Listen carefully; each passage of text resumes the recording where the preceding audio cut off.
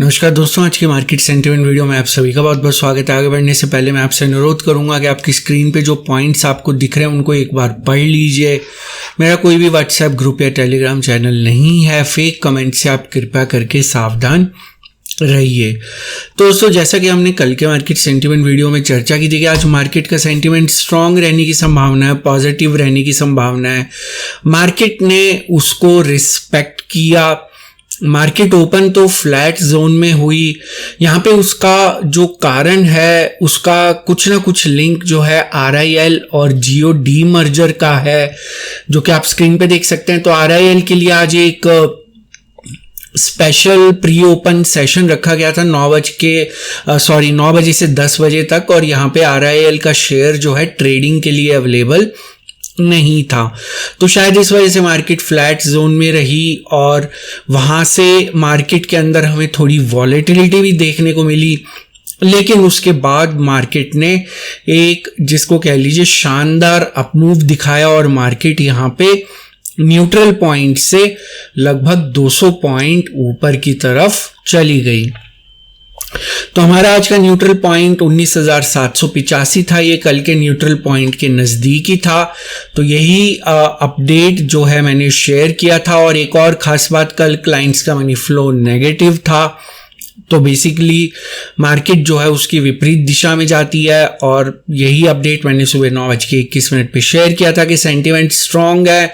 यहाँ पे ओपन होते ही लॉन्ग पोजीशंस बननी शुरू हुई। वहां से मार्केट 9:20 के बाद मार्केट एक बार 52 पॉइंट ऊपर भी गई, लेकिन यहाँ पे फिर हमें थोड़ी वॉलेटिलिटी देखने को मिली। लेकिन मार्केट सभी रूल्स के अंदर काम कर रही थी, जो भी हमारे रूल्स हैं जो कि वेबसाइट पे अवेलेबल हैं।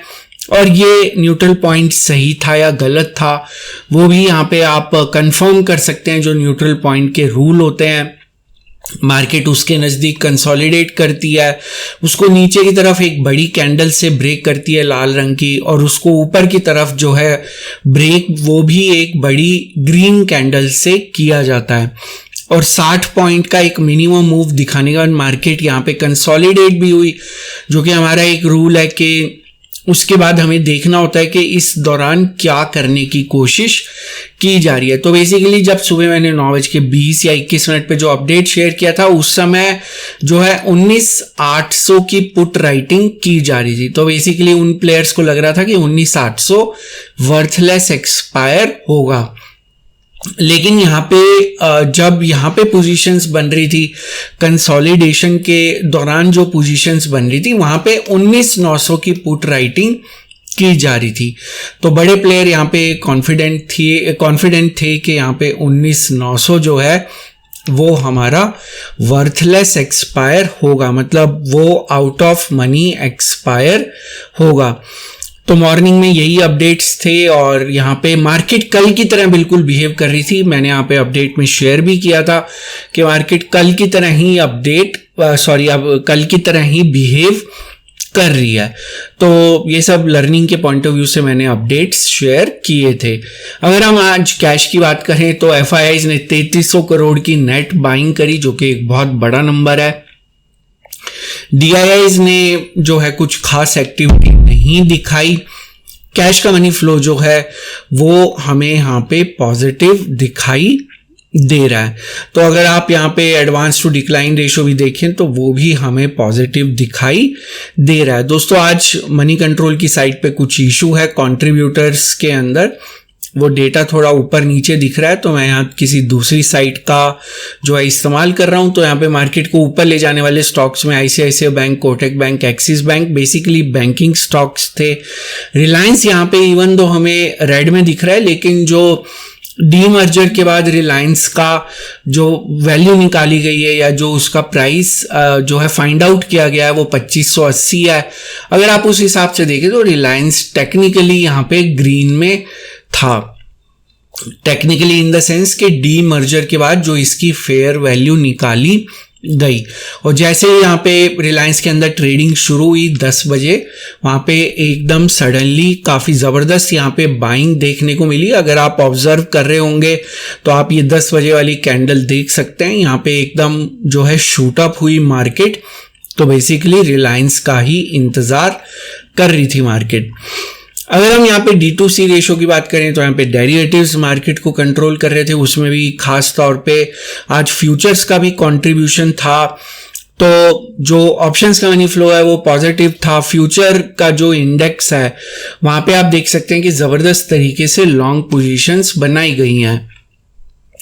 क्लाइंट साइड पे यहाँ पे शॉर्ट पोजीशंस भी बनाई गई, क्योंकि 20,000 जो है एक साइकोलॉजिकल लेवल है क्लाइंट साइड पे, लेकिन लॉन्ग पोजीशंस भी बनाई गई।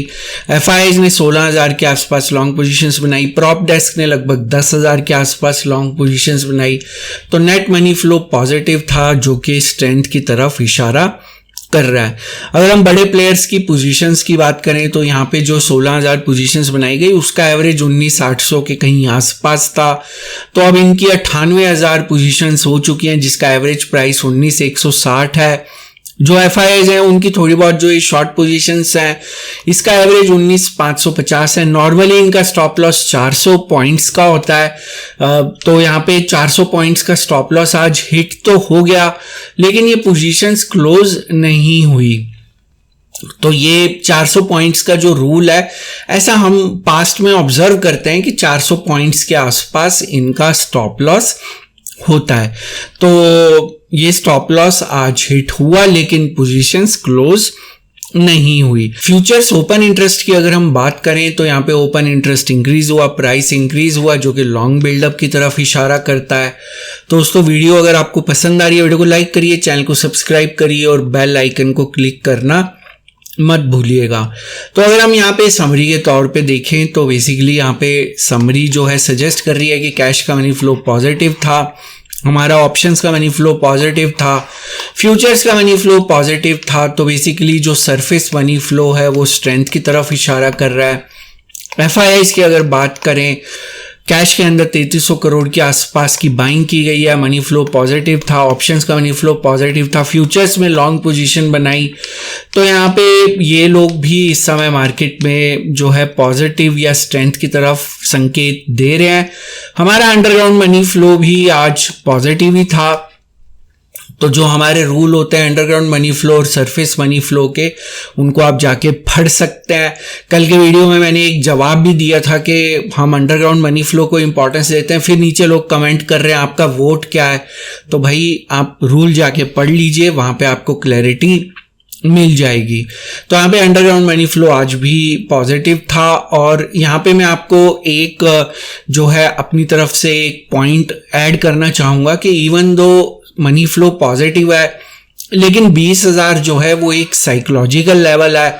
तो बेसिकली यहाँ पे मार्केट को शायद रेजिस्टेंस देखने को मिल सकता है। ऐसा मैं क्यों कह रहा हूँ, क्योंकि यहाँ पे क्लाइंट्स जो हैं आप देखेंगे कल भी उन्होंने यहाँ पे शॉर्ट पोजीशंस बनाई थी, आज भी यहाँ पे शॉर्ट पोजीशंस बना रहे हैं। तो बेसिकली अगर जिस तरह की बाइंग आज की गई मार्केट में, वैसी बाइंग अगर कल नहीं देखने को मिली तो मार्केट ज्यादा ऊपर शायद ना जाए, मार्केट को 20,000 के आसपास रेजिस्टेंस देखने को मिल सकता है। तो बेसिकली यहाँ पे जो मुझे लगता है कि मार्केट जो है कल एक फ्लैट जोन में रहने की संभावना मार्केट के अंदर बहुत ज्यादा हाई है। मार्केट केवल एक संभावनाओं का खेल होता है, एक हाई प्रोबेबिलिटी सेटअप होता है। तो मुझे ऐसा लगता है कि फ्लैट जोन जो कि हमारा एक नॉर्मली 40 पॉइंट का जोन होता है, वहां पे मार्केट के कल फ्लैट जोन में रहने की संभावना बहुत ज्यादा हाई है। और ग्रीन के अंदर रहने की संभावना उसके बाद है, लेकिन रेड में जाने की संभावना बिल्कुल कम है। मतलब मार्केट रेड जोन में तो शायद नहीं जाएगी, उसकी संभावना बिल्कुल कम है, लेकिन मार्केट फ्लैट जोन में रह सकती है या ग्रीन जोन के अंदर रह सकती है। तो दोस्तों अगर आपका कोई सवाल है तो आप कमेंट सेक्शन में मेंबर्स जो हैं वो सवाल पूछ सकते हैं। और मेरा इस वीकेंड का टास्क यही है कि जो भी सवाल अब तक पूछे गए हैं उन सबका मैं जवाब देने की कोशिश करूंगा इस वीकेंड तक। इस वीडियो का एक डिस्क्लेमर भी है जो कि आपको अपनी स्क्रीन पे दिख रहा होगा। ये वीडियो मैंने सिर्फ एक एजुकेशन, लर्निंग और इन्फॉर्मेशन के पॉइंट ऑफ व्यू से बनाया था। यहाँ पे मेरी आपको कोई सजेशन, सलाह या राय नहीं है कि आप किसी भी स्टॉक या इंडेक्स में बाय, सेल या होल्ड की पोजीशन बनाएं। किसी भी निवेश या ट्रेड से पहले अपने फाइनेंशियल प्लानर या इन्वेस्टमेंट एडवाइजर की सलाह जरूर ले लें। केवल उन्हीं की सलाह के ऊपर किसी तरह के निवेश या ट्रेड का निर्णय ले। जो भी जानकारी मैंने आज की इस वीडियो में दी है सभी डेटा पॉइंट्स पे आधारित है, सभी डेटा पॉइंट्स पब्लिक डोमेन में अवेलेबल हैं, जिनको आप खुद जाके क्रॉस चेक क्रॉस वेरीफाई कर सकते हैं। मेरे द्वारा दी गई जानकारी 100% गलत साबित हो सकती है, इसलिए मेरी दी गई किसी भी जानकारी के ऊपर किसी भी तरह का कोई भी निवेश या ट्रेड का निर्णय ना ले। तो दोस्तों आज का मार्केट सेंटीमेंट वीडियो देखने के लिए बहुत बहुत शुक्रिया। कल फिर मिलेंगे मार्केट सेंटीमेंट के एक नई वीडियो में, एक नई जानकारी के साथ, एक नई सीख के साथ, एक नई लर्निंग के साथ। तब तक आप अपना ध्यान रखें।